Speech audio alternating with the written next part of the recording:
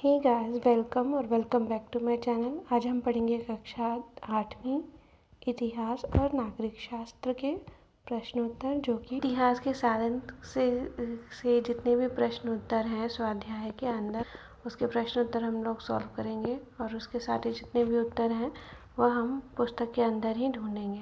तो जो पहला क्वेश्चन है वो है, दिए गए विकल्पों में से उचित विकल्प चुनकर कथन पूर्ण कीजिए। तो पहला है, इतिहास के साधनों में डैश का साधन आधुनिक तकनीकी विज्ञान पर आधारित है। तो इन चारों में से कौन सा है? वो है दृश्य और श्रव्य। दूसरा है, पुणे के डैश गांधी स्मारक संग्रहालय में गांधी जी के जीवन विषय में जानकारी प्राप्त होती है। तो कौन सा है चारों में से ऑप्शन? तो वो है आगा खां पैलेस, अ वाला। फिर तीसरा है, डैश 20वीं शताब्दी के आधुनिक तकनीकी विज्ञान का एक अनूठा आविष्कार है। तो इन चारों में से कौन सा है? वो है फिल्म जो है वो है। अब ये पहला क्वेश्चन तो हो गया। दूसरा हम पढ़ेंगे, जैसे कि निम्नलिखित कथनों को कारण सहित स्पष्ट कीजिए। तो इसमें जो आप पहला देखेंगे वो है, पहला, अंग्रेजों के शासन काल में समाचार पत्र सामाजिक पुनर्जागरण के रूप में भी कार्य कर रहे थे। तो इस क्वेश्चन का आंसर हमें बुक के अंदर ही मिलेगा, लेसन जो आप पढ़ रहे हैं उसके अंदर ही मिलेगा। पेज नंबर 2 पर देख सकते हैं, हमें क्वेश्चन नंबर 1 का जो आंसर मिलेगा वो है 2.1, हमने उसका नाम दिया हुआ है, वो है यहाँ पर,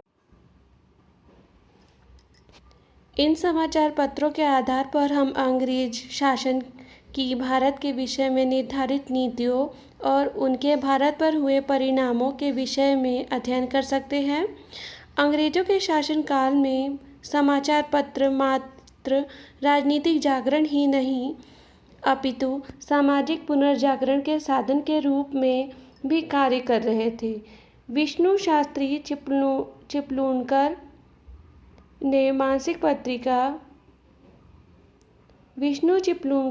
मासिक पत्रिका निबंधमाला में लोकहितवादी उर्फ गोपाल हरि देशमुख ने साप्ताहिक पत्रिका प्रभाकर में लिखे शतपत्र द्वारा विभिन्न सामाजिक और सांस्कृतिक विषयों पर भाष्य किया है।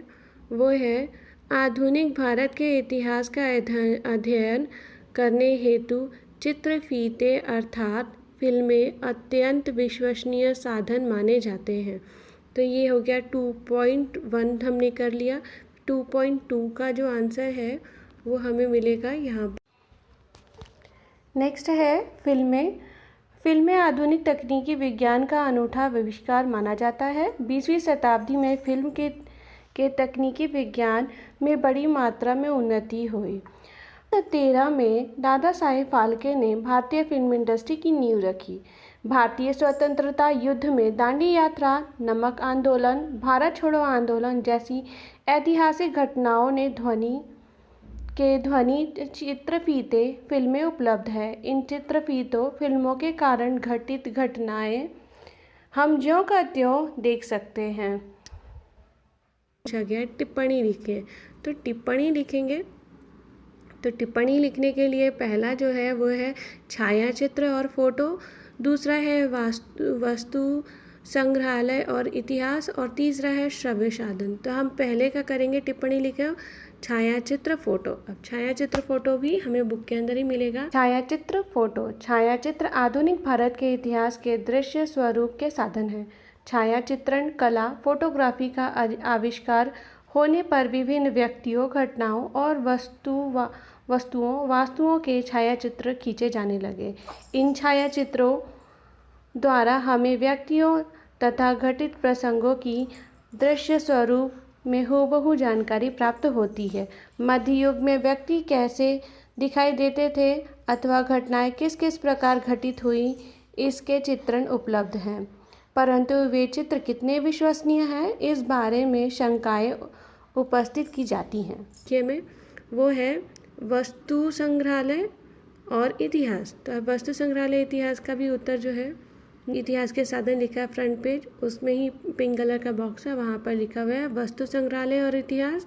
तो इसका उत्तर है वस्तु संग्रहालय और इतिहास। इतिहास के अध्ययन हेतु वस्तु संग्रहालय द्वारा विभिन्न वस्तुओं, चित्रों, छायाचित्रों जैसी विविध वस्तुएं संरक्षित रखी जाती हैं। पुणे के आगा खां पैलेस में स्थित गांधी स्मारक संग्रहालय में हम महात्मा गांधी द्वारा उपयोग में लाई गई वस्तुओं, दस्तावेजों को देख सकते हैं। श्रव्य साधन। तो तीसरा है श्रव्य साधन का आंसर भी हमें बुक के अंदर ही मिलेगा, तो वो है, तो इसका आंसर भी हमें यहीं पे मिल जाएगा जहाँ पे 3.1 का मिला था, उसके ऊपर आप देख सकते हैं श्रव्य साधन लिखा हुआ है। श्रव्य, दृश्य श्रव्य और दृश्य श्रव्य साधन। तो इसका उत्तर हमें यहाँ पे मिला है, वर्तमान समय में तकनीकी विज्ञान के विकास के फलस्वरूप फोटोग्राफी, ध्वनि मुद्रण, फिल्म आदि कलाओं का विकास हुआ। इसके द्वारा छायाचित्रों, फोटो, ध्वनि मुद्रितों, रिकॉर्डों, फिल्मों का उपयोग इतिहास के साधन के रूप में किया जाता है। तो इसका आंसर भी हमें यहीं पे मिल गया। जो है वो चौथा क्वेश्चन पूछा गया है, निम्न संकल्पना चित्र को पूर्ण करो। तो भौतिक साधन लिखा है, तो अब भौतिक साधन में कौन कौन से आते हैं, तो हम आपने देखा होगा जब हमारा ये पाठ शुरू होता है, स्टार्ट होता है, उसके फ्रंट पेज पे ही लिखा है भौतिक साधन। तो वहाँ पर हम संकल्पना चित्र में इनको भर सकते हैं। यहाँ पर लिखा हुआ है कि भौतिक साधन में क्या क्या आते हैं, वस्तुओं, वास्तुओं, सिक्कों, प्रतिमाओं और पदकों आदि साधनों का समावेश किया जा सकता है। तो ये हम यहाँ पर भौतिक साधन के अंदर इसको यहाँ पर भर सकते हैं। तो इस तरीके से आप देख सकते हैं कि हमारा जो ये लेसन है इतिहास के साधन, वो यहाँ समाप्त होता है। Thank you. अगर आपको वीडियो अच्छा लगे तो लाइक करें और सब्सक्राइब करें और औरों को भी